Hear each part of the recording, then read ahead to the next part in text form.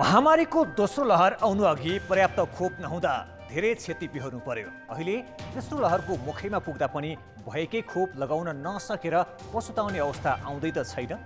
कान्तिपुर समाचारमा कोरोनाको ग्राफले सङ्कटको घडी बजाउँदा पनि किन चेत्दैन सरकारी संयन्त्र। नमस्कार, अब मुख्य समाचार। सरकारले भएकै खोप वितरण गर्न सकेन। 40 लाख डोज भण्डारमै थुप्रियो। आज 23 सङ्क्रमितको मृत्यु। कोरोना उच्च दरमा बढेपछि झापामा लकडाउन। पार्टी एकताको प्रयास भइरहँदा एमाले अध्यक्ष ओलीले नेपाललाई दिए देशद्रोहीको संज्ञा। नेपाल भन्छन् संविधान र लोकतन्त्र मास्नेसँग झुक्न सकिँदैन। लुम्बिनीमा फेरि सत्ता फेरबदलको कसरत। सरकार अल्पमतमा परेको भन्दै विपक्षी गठबन्धनद्वारा प्रदेश प्रमुखको ध्यानाकर्षण। सङ्क्रमण तीव्र बनेपछि जापानमा सङ्कटकाल लम्बियो। मलेसियामा प्रतिबन्धको विरोधमा प्रदर्शन। प्रधानमन्त्रीको राजीनामा माग। र ओलम्पिकको महिला 100 मिटर दौडमा जमैकाको क्लिन स्वीप। 21 स्वर्णसहित चीन पदक तालिकाको शीर्ष स्थानमा, जापान दोस्रो।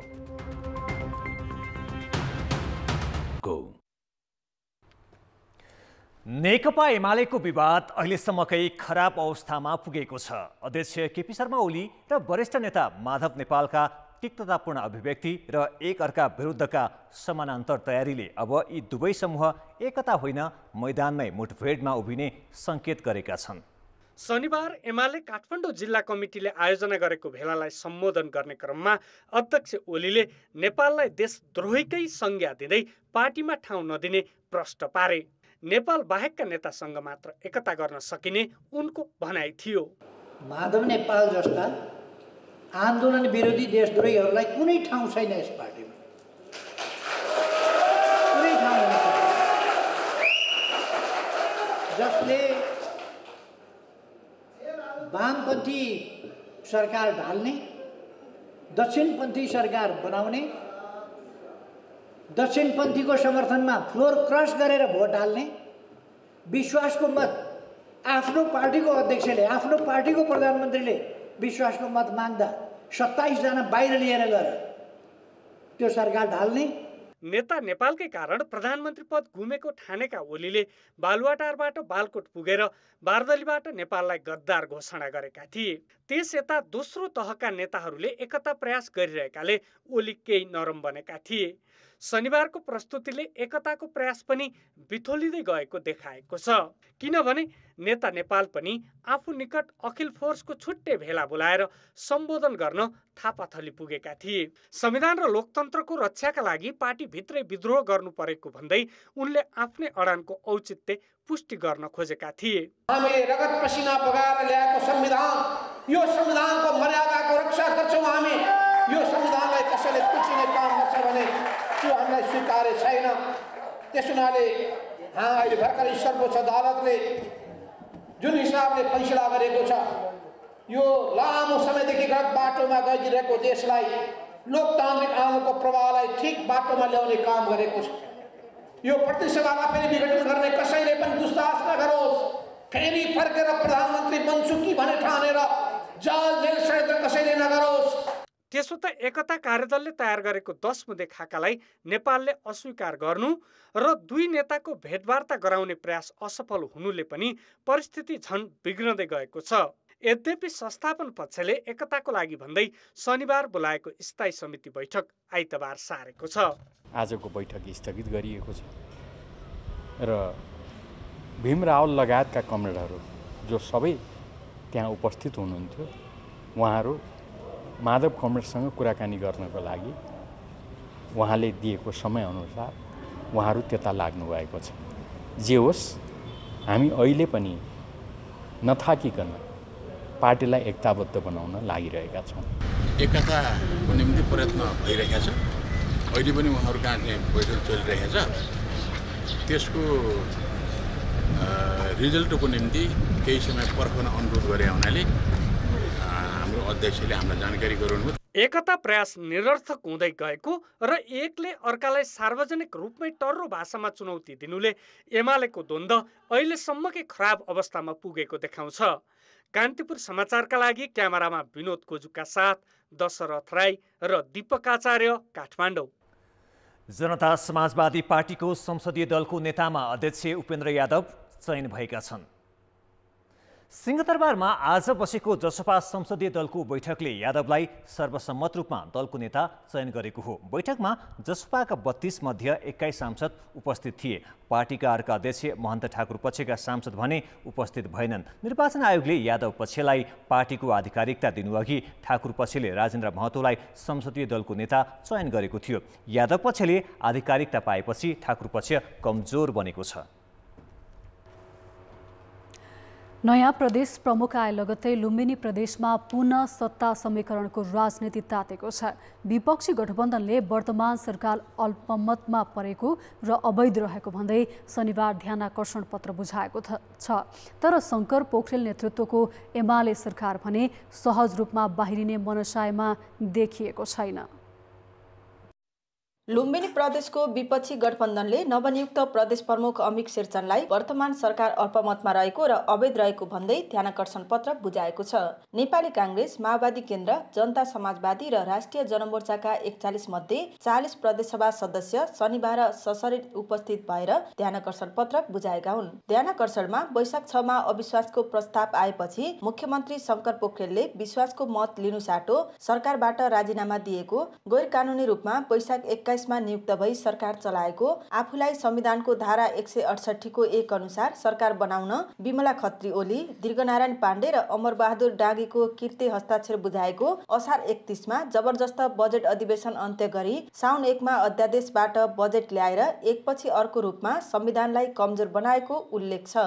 संविधानको गरिमा र प्रदेश प्रमुखलाई कमजोर पार्ने एवं असंवैधानिक प्रणालीमा प्रदेश सरकारको गलत नियतलाई सच्याउन र संवैधानिक एवं कानुनी मर्म अनुसार प्रक्रिया थाल्न प्रदेश प्रमुखलाई आग्रह समेत गरिएको छ। धेरै दिनसम्म लिङ्गरिङ राम्रो हुँदैन।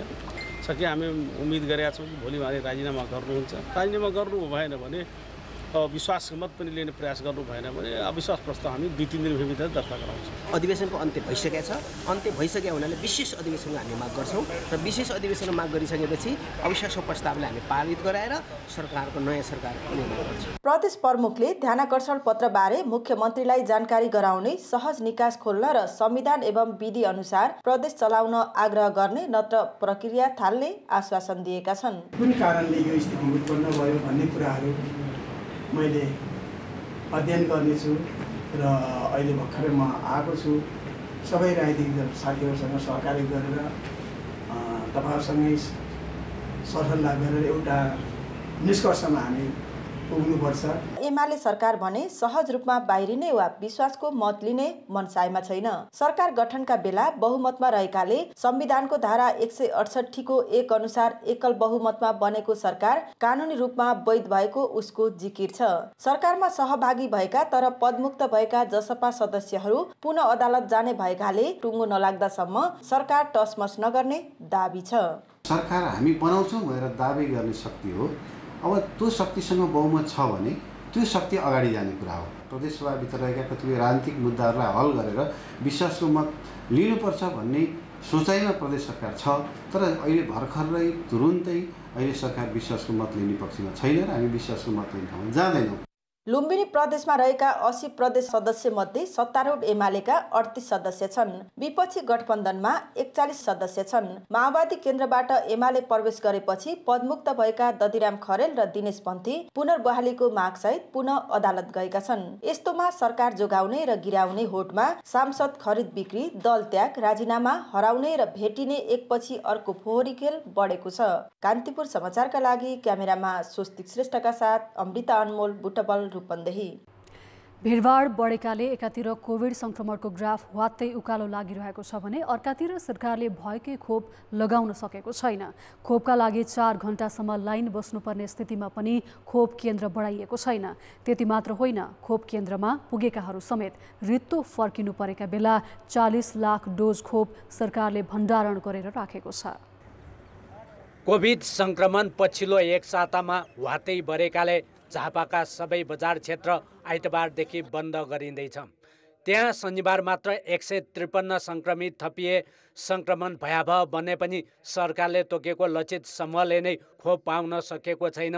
माग अत्याधिक छ, तर भेरोसेल खोप अहिले दैनिक 10,000 भन्दा बढी लगाउन सकेको छैन। कतिपय स्थानीय तहले त 45 वर्ष उमेर माथिको समूहका लागि खोप अभियान बन्द गरिसकेका छन्। अमेरिकाबाट असार 28 मा आएको 1 डोज मात्र लगाए हुने जोन्सन एन्ड जोन्सन खोप झापामा अहिलेसम्म पुगेकै छैन। अहिले चाहिँ 65 प्लस 70 प्लसका पनि धेरै आउनुभयो भेरोसिल लगाउनलाई 55 प्लस भन्दैको भएर होइन। त्यसले गर्दा खोप एकदमै हामीलाई यहाँ यति धेरै डिमान्ड छ खोपको, अत्याधिक खोपमा लाइनहरू छ कि हामीले खोप चल्दाखेरि जाँदा पनि एकदमै धेरै लाइनमा खोप लिनलाई मान्छेहरू उत्साहित भएर लाइनमा बस्नुभएको देखियो। त्यसले गर्दा खोप पनि पुगेन, अभावै भयो। र हिजोदेखि धेरै ठाउँमा बन्द भयो। 6वटा पालिकामा चाहिँ हाम्रो नियमित कार्यक्रम थियो बच्चा आमाको, त्यो नियमित खोपमा चाहिँ त्यही भाडो त्यही स्वास्थ्यकर्मी प्रयोग हुनुभएको भएर नियमित खोप सकेपछि हिजो र आजदेखि बाँकी ती 6वटा पालिकामा पनि खोप हुँदैछ। जोन्सन खोप झापामा मात्र होइन, प्रदेश 1 र सुदूरपश्चिमका जिल्लामा पनि लगाउन सुरु गरिएकै छैन। कर्णालीमा बल्ल शनिबारबाट लगाउन थालिएको छ। यो खोप लगाउन स्वास्थ्य मन्त्रालयले असार 28 मै लक्षित समूह तोकी सबै स्वास्थ्य कार्यालयलाई पत्राचार गरेको थियो। तर 15,34,000 डोज मध्ये अहिलेसम्म 5,63,000 मात्र लगाइएको छ। 9,71,000 डोज जोन्सन खोप अझै सरकारी भण्डारणमा छ। चीनबाट ल्याइएको भेरोसेल खोप 29,70,000 डोज पनि सरकारी भण्डारणमै छ। एकातिर खोप लगाउन देशका सहरी क्षेत्रका केन्द्रमा ठेगी नसक्नु भिड छ। ती केन्द्रले सकिएको कारण देखाएर लक्षित समूहलाई बिना खोप घर फर्काइरहेका छन्। अर्कातिर खोपलाई मुख्य प्राथमिकता दिएको भनिरहेको सरकारले चुस्त वितरण प्रणाली बनाउन सकेको छैन। महामारीको तेस्रो लहर रोक्न खोप अभियानलाई व्यापक बनाउनु पर्ने सरकारी संयन्त्र केन्द्र बढाउनेदेखि जनशक्ति परिचालनमा नराम्ररी चुकिरहेको छ। हामीलाई सबैभन्दा ठुलो समस्या भनेको खोपको आपूर्तिमा ठुलो समस्या भएको हुनाले हामीले लगाउने व्यक्तिहरूलाई वर्गीकरण गर्दै जोखिमका आधारमा उच्च जोखिममा रहेका व्यक्तिहरूलाई खोप लगाउँदै जानु परेको। तर खोपको माग हामीलाई सबैलाई आजै भइदियो हुन्थ्यो भन्ने जस्तो हुनु यो स्वाभाविक पनि हो, किनभने संक्रमण बढ्दै गएको अवस्था छ। चाँडै खोप लगाउन पाए चाँडै रोग प्रतिरोधात्मक क्षमता विकास हुन्थ्यो, संक्रमणको चक्र पनि तोडिन्थ्यो, जोखिम पनि कम हुन्थ्यो। तर हामीले समग्र कुराहरू हेरेर विश्लेषण गरेर तय गरिएका खोप केन्द्रहरू, तय गरिएका लक्षित वर्गहरू अनुसार हामीले खोप लगाउँदै जाने कुरामा सहजीकरण गर्नुपर्ने हुन्छ। यसअघि 18 लाख डोज भेरोसेल खोप सितैमा दिएको चीनले थप 16 लाख अनुदानमा दिने बताइसकेको छ। यस्तै थप खोप किन्ने प्रक्रिया अगाडि बढाइसकेको छ। जापान लगायत देशले कोभ्याक्स सुविधा अन्तर्गत खोप सहयोग गर्ने भनेका छन्। यो अवस्थामा भएकै खोप लगाउन गरिएको अलमलले राजनीतिक नेतृत्व, स्वास्थ्य संरचना अनि स्थानीय तहको इच्छा शक्ति नै नभएको पुष्टि गरेको छ। कान्तिपुर समाचारका लागि झापाबाट गणेशमान मुखियाका साथ नारायण किलम्बु, काठमाडौँ। आज पनि परीक्षण गरिएका 4 मध्ये 1 जनामा कोभिड देखिएको छ। 9,263 जनाको PCR परीक्षण गर्दा 2,280 जनामा संक्रमण पुष्टि भएको हो। बजारमा भिडभाड, राजनीतिक सभा, सम्मेलन, भौतिक उपस्थितिमा परीक्षा सञ्चालन, स्वास्थ्य सावधानीमा बेवास्ता लगायतका कारण संक्रमण बढेको स्वास्थ्य मन्त्रालयले जनाएको छ। मन्त्रालयका अनुसार एन्टिजेन परीक्षणमा आज 826 जनालाई संक्रमण देखिएको छ। 100 भन्दा बढी संक्रमित थपिने जिल्ला 7 वटा छन्। काठमाडौँमा सबैभन्दा बढी 513 संक्रमित थपिएका हुन्। कोभिडका बिरामी मध्ये आज 23 जनाको मृत्यु भएको छ भने 872 जना आइसियु र भेन्टिलेटरमा उपचाररत छन्। आइसियुमा उपचाररतको संख्या 1 महिना अघि 500 हाराहारीमा झरिसकेको थियो।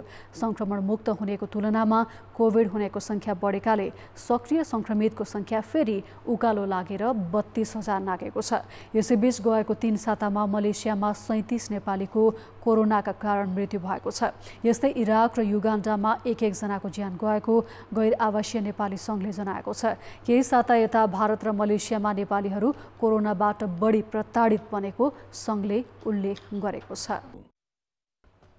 ब्रेकपछि समाचारमा पुनः स्वागत छ। झापामा एक साता यता कोरोना भाइरसको संक्रमण दर वात्तै बढेको छ। निषेधाज्ञा खुकुलो बनाउँदै लगेको प्रशासनले साउन 16 गते राति 12 बजेबाट एक साताको लागि झापा जिल्ला पूर्ण रूपमा बन्द गर्ने निर्णय गरेको छ। निषेधाज्ञाले भाइरसको संक्रमण दर घट्नुको सट्टा बढ्न थालेपछि बन्द गर्नुपर्ने बाध्यता आइपरेको हो। झापा जिल्लामा एक साता यता कोरोना भाइरसको संक्रमण दरको ग्राफ उकालो लागेको तथ्याङ्कले देखाउँछ। पछिल्ला 6 दिनमा कोरोना संक्रमणबाट 19 जनाको मृत्यु भएको छ भने 1638 जना संक्रमित भएका छन्।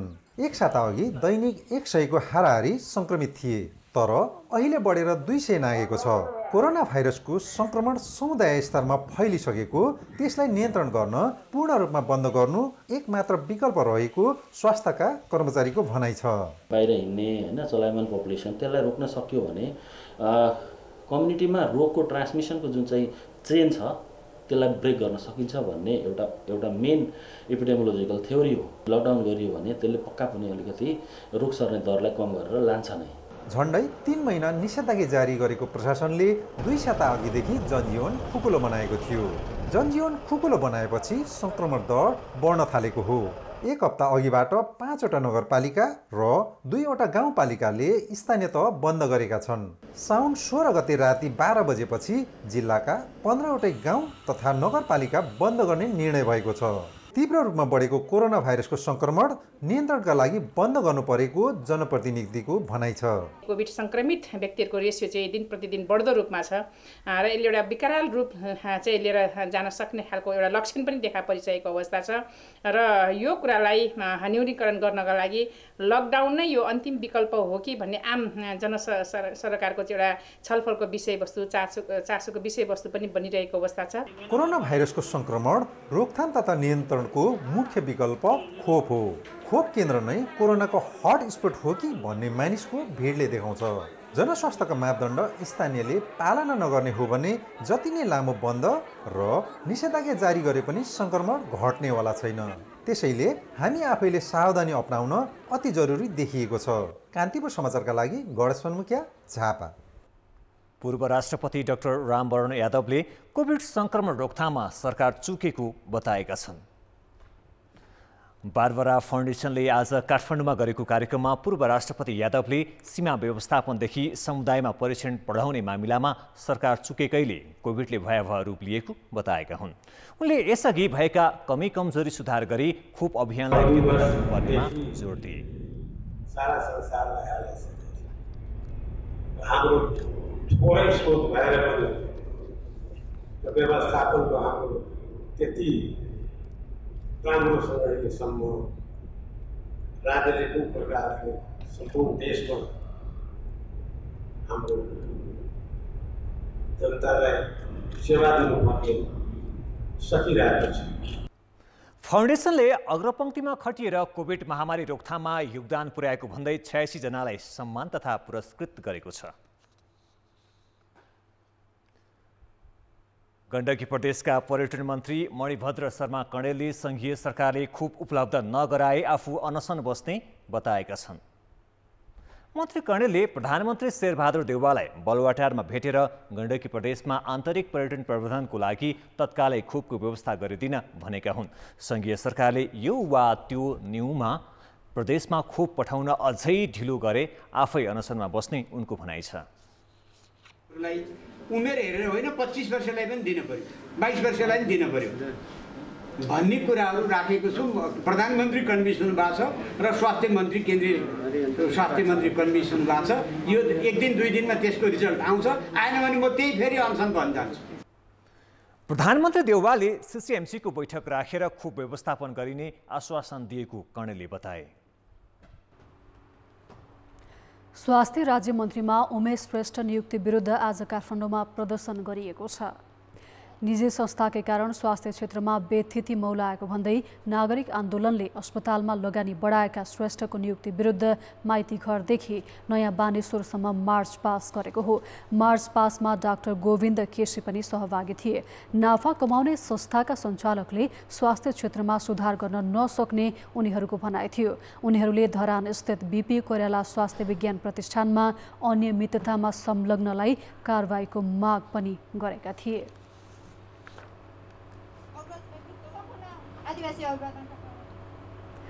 दार्चुलाको ब्यास गाउँपालिकाको मालघाटमा तुइन काटेर नेपाली नागरिक बेपत्ता पारिएको घटनाबारे दार्चुला प्रशासनले भारतीय प्रशासनसँग जवाफ माग गरेको छ। जिल्ला प्रशासन कार्यालय दार्चुलाले डीएम कार्यालय पिथौरागढ र एसडीएम कार्यालय दार्चुलालाई सत्य तथ्य छानबिन गर्न पत्राचार गरेको हो। भारतीय एसएसबीले तुइन काटेर नेपाली युवक जयसिंह धामीको मृत्यु भएको भन्ने विषयमा सत्य तथ्य के हो भनेर भारतीय प्रशासनसँग जानकारी माग गरेको, तर त्यसको जवाफ नआएको निमित्त प्रमुख जिल्ला अधिकारी ज्योत्सना भट्ट जोशीको भनाइ छ। यस्तै अनुसन्धानका लागि घटनास्थलमा सुरक्षाकर्मी पनि खटाइएको, तर अहिलेसम्म थप विवरण आउन नसकिएको प्रहरीले बताएको छ। यता सरकारले गृह मन्त्रालयका सचिवको नेतृत्वमा बेग्लै छानबिन समिति पनि गठन गरेको छ। समितिमा गृह मन्त्रालयका सहसचिव, सुदूरपश्चिम प्रहरी प्रमुख र दार्चुलाका सहायक प्रमुख जिल्ला अधिकारी सदस्य छन्। अर्को महिना महाधिवेशन गर्ने भने पनि कांग्रेस अझै क्रियाशील सदस्यता विवादमै रुमलिएको छ। छानबिन समितिले 5 महिना लगाएर दिएको प्रतिवेदन फेरि उलटपुलट पारिँदैछ र मापदण्ड नै हेरफेर गर्ने सहमति शीर्ष नेताले गरेका छन्। कतै महाधिवेशन नै पर धकेल्नमा सबैको मिले मतो त होइन? हेरौँ सदस्यता छानबिन समिति सदस्य प्रदीप पौडेलको जवाफ। 5 महिना लगाएर प्रतिवेदन तयार पार्नुभयो, त्यो पनि विवाद मुक्त हुन सकेन। तपाईहरु अझै पनि विवादमै अल्झिरहनु भएको छ। केमा विवाद भइरहेको छ? किन विवादलाई समाधान गर्न सकिरहनु भएको छैन? मतलब हाम्रो चाहिँ प्रक्रिया चाहिँ छ, यसभित्र प्रोसेस कस्तो छ भने जिल्लाले, क्षेत्रले हाम्रो वेबसाइटमा इन्ट्री गर्ने, त्यसलाई हामीले सार्वजनिक गर्ने, त्यसपछि उजुरी लिने र उजुरीमाथि छानबिन गर्ने। अब अहिले बाहिर देखिएको कुरा के हो भने 11वटा निर्वाचन क्षेत्रमा समस्या देखिएको छ। त्यो 11वटा निर्वाचन क्षेत्रको समस्या विशेष गरी समायोजनसँग जोडिएको छ। अन्य राजनीतिक दलबाट नेपाली कांग्रेस प्रवेश गर्नुभएका चाहिँ व्यक्तिहरूको बारेमा त्यहाँ समस्या देखिएको छ र हाम्रो नयाँ क्रियाशील सदस्यहरूको बारेमा पनि त्यहाँ समस्या देखिएको छ। त्यो 11वटा निर्वाचन क्षेत्रलाई हामीले शीर्ष तहमा पठाएका छौँ। उहाँहरूलाई हाम्रो तहबाट यो मिल्न सकेन। विवादहरू मिलाउनुको लागि छानबिन समिति बनाएको, छानबिन समितिले पनि 5 महिनाको समय लियो, तैपनि तपाईहरूले विवादै राखेर पठाइदिनु भयो। के मतलब भयो त तपाईँहरूको यो समिति गठन गरेको? मतलब यस्तो 100% टुङ्गिन सक्दैन। 13औं महाधिवेशनमा पनि 33वटा तपाईको निर्वाचन क्षेत्रमा स्थगित भएको थियो। नेपाली कांग्रेसभित्रका फरक कम्पोनेन्टको प्रतिनिधित्व त्यहाँ थियो। अब कुरा के हो भने त्यसलाई त्यो गुटको आधारमा भागभण्डा गरेर टुङ्ग्याउने कुरा त स्वाभाविक हुन सक्दैन। फेरि हामीलाई के म्यान्डेट छ भने सर्वसम्मतिबाट निर्णय गर्नुपर्छ।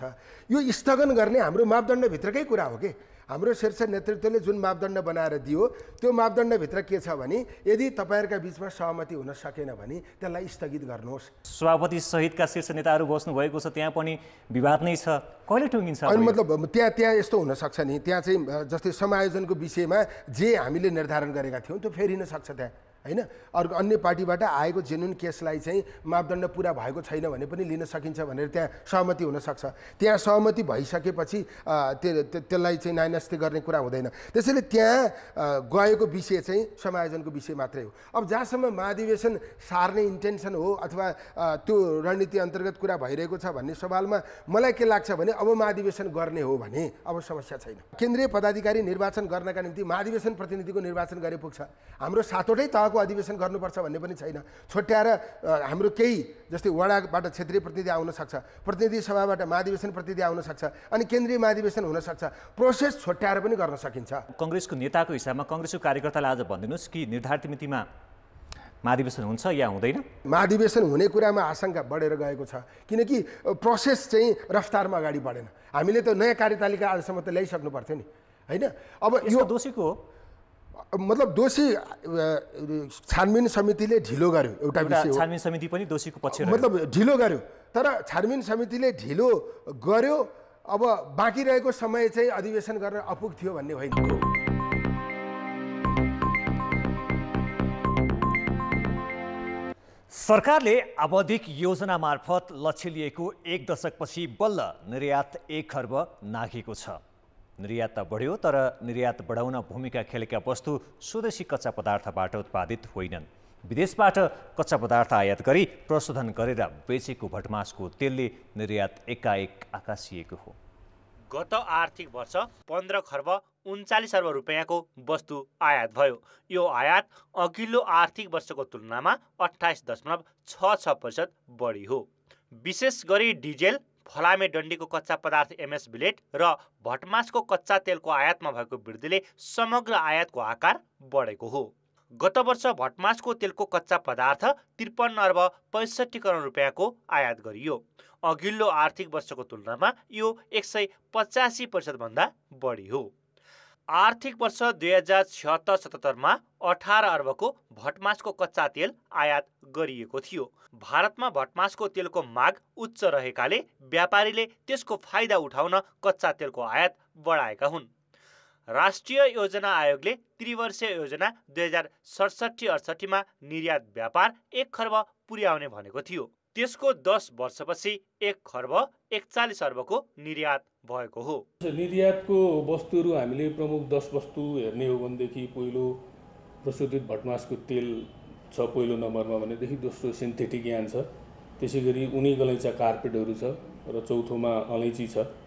त्यसपछि तयारी कपडाहरूको पनि रहेको छ भनेदेखि जुटका बुनिएका कपडाहरू छन्, फलफुलको जुसहरू छ, त्यसै गरी जमोट कपडा छ, चियाहरू छ र अन्य वस्तुहरू हामीले टप 10 मा मान्दा उनी सुतीजन्य कपडाहरू, यिनीहरू कपडाहरू टप 10 मा परेका छन्।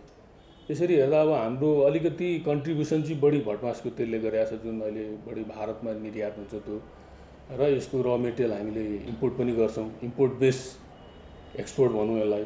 भारतले अन्य देशबाट हुने कृषिजन्य वस्तुको आयातमा 40% कर लगाउँछ, तर नेपालबाट प्रशोधन गरेर पठाएको तेलमा भने भन्सार लाग्दैन। यसको फाइदा उठाउन सीमा क्षेत्रमा प्रशोधन केन्द्र बढेका छन्। यसअघि पाम तेलको निर्यात यसै गरी अकासिएको थियो। केही समय पाम तेलको आयातमा रोक लगाएको भारतले अहिले नेपाल सरकारको आग्रहमा प्रतिबन्ध हटाएको छ। त्यसको कच्चा पदार्थ पनि विदेशबाटै आयात हुन्छ। स्वदेशी कच्चा पदार्थ प्रयोग गरेर उत्पादन हुने धागो, उनी गलैँचा, कार्पेट, तयारी कपडा लगायतको निर्यात खासै बढ्न सकेको छैन। विदेशी कच्चा पदार्थमा आधारित वस्तुका कारण बढेको निर्यातबाट राजस्व केही बढे पनि अर्थतन्त्रमा खासै योगदान नपुग्ने जानकारहरूको भनाइ छ।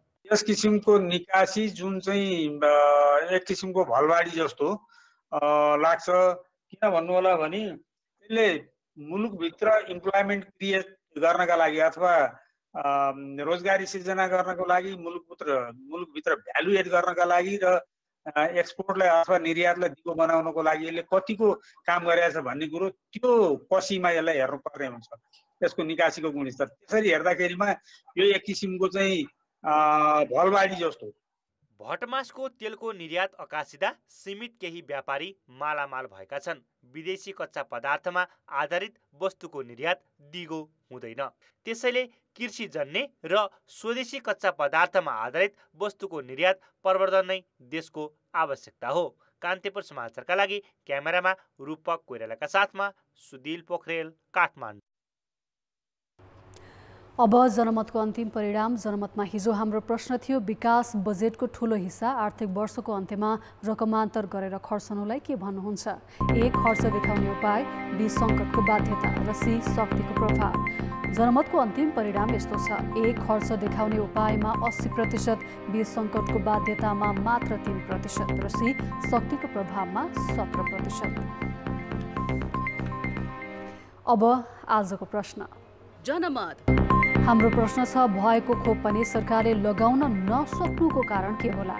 ए, इच्छा शक्तिको अभाव, बी, सङ्कटप्रति बेवास्ता र सी, सामर्थ्य नै कमजोर।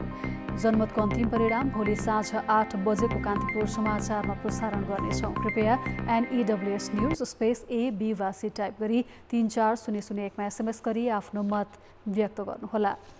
अब जनताको आवाज। हामीले मानव बस्तीभन्दा धेरै टाढा रहेर पशुपालन व्यवसाय सञ्चालन गर्दै रहेका 5 थर स्थित उच्च पहाडी र हिमाली क्षेत्रका किसानलाई सोधेका छौँ। यस क्षेत्रमा पशुपालन गर्दा भोग्नुपर्ने प्रमुख समस्या र चुनौतीहरू के हुन्? जनताको आवाज। वन्यजन्तुको एउटा आक्रमण तस्करहरू भनिन्छ, त्यसमा पनकुत्ता, बाघ, भालुले चाहिँ अब अलिकति असर गर्छ। बस्तुलाई चराउनको लागि घाँसकै समस्या छ। नानीहरू पढाउनको लागि निकै टाढो बोर्डिङ राख्नु पर्यो या स्कुल राख्नु पर्यो। दाना पानीकै आवश्यकता हुन्छ र यसो दुख बिमार हुँदा गाडी अब आउनु सक्दैन अनि हस्पिटल जानलाई निकै समस्याहरू भइलाग्छ। कुनै पनि रोग लागिहालेमा औषधि ल्याउनु टाढो। पशुपालनमा अब रोगसँग अलिक गाह्रै छ सर, किनकि भेटनेरी अलिक टाढो भएको कारणले गर्दाखेरि सबैको वस्तु एक ठाउँ हुने सानो एरियाले गर्दा अनि लड्ने हैन, अनि त्यही अब लडेपछि उता कुनै घाइते हुने, कुनै त मर्ने नै हुन्छ।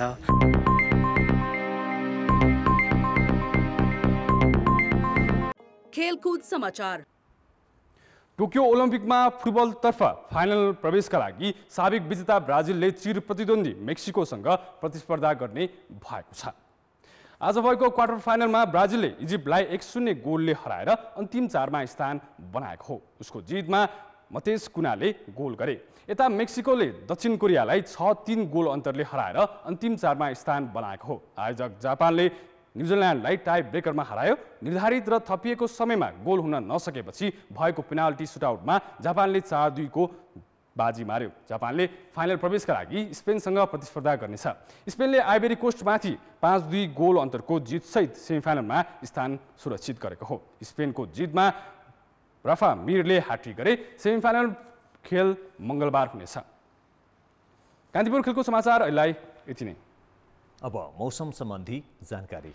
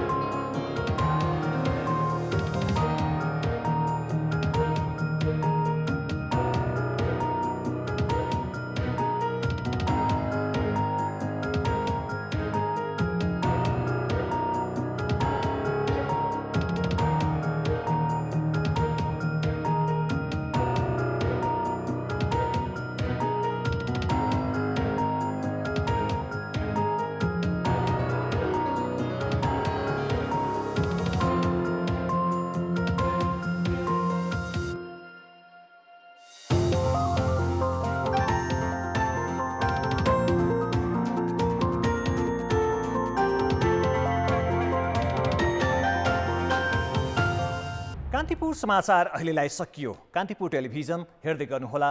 नमस्ते।